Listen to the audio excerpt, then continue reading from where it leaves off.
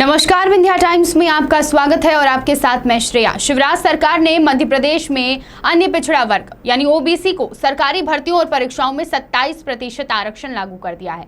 जिन परीक्षाओं और भर्ती पर हाईकोर्ट ने रोक लगाई है, सिर्फ उन्हीं में रोक रहेगी, यानी 6 परीक्षाओं को छोड़कर अन्य भर्तियों में ओबीसी के लिए 14 की बजाय अब 27% के हिसाब से आरक्षण रहेगा। इस आदेश के बाद मध्य प्रदेश में 64 विभागों में 1 लाख से ज्यादा खाली पद भरने की प्रक्रिया जल्द शुरू होगी। ओबीसी आरक्षण की सीमा बढ़ाने के बाद सिख की कुछ जातियों के ओबीसी कैटेगरी में शामिल करने को लेकर दबाव बढ़ गए हैं।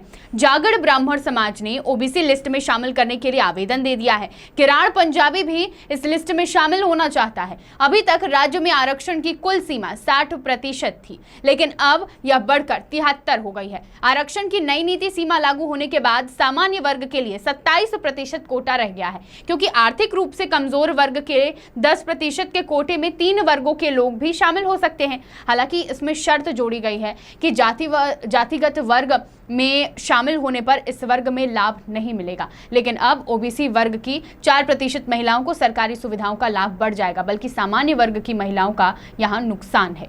बता दें कि प्रदेश में महिलाओं के लिए 33% आरक्षण लागू है। राज्य सरकार सरकारी नियुक्तियों और प्रवेश परीक्षाओं में ओबीसी को 27% आरक्षण दे सकती है। हाईकोर्ट ने सिर्फ 6 प्रकरणों में ही रोक लगाई है।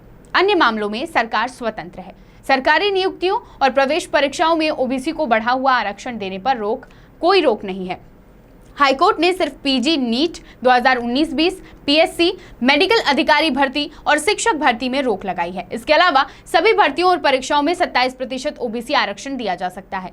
सुप्रीम कोर्ट ने आरक्षण की सीमा 50% तय कर दी है। बावजूद इसके कई राज्यों में इस सीमा से ज्यादा आरक्षण दिया जा रहा है। इसको लेकर सरकार का तर्क है कि 50% कोटा की जहां तक बात है, तो इसका प्रावधान ना तो सुप्रीम कोर्ट ने दिया है और ना ही संसद में कोई कानून बनाकर इसे पारित किया गया है। सुप्रीम कोर्ट ने इंदिरा साहनी मामले में 50% कोटा तय करने की बात कही थी, लेकिन यह कोई संवैधानिक कानून की श्रेणी में नहीं आता। इसमें बदलाव संभव है। यदि सरकार कारण बताती है कि इस कोटे से ऊपर भी जाने की जरूरत है, तो यह सीमा भी आसानी से लांघी जा सकती है। ओबीसी आरक्षण के चलते SC/ST कोटा पर कोई असर नहीं पड़ेगा।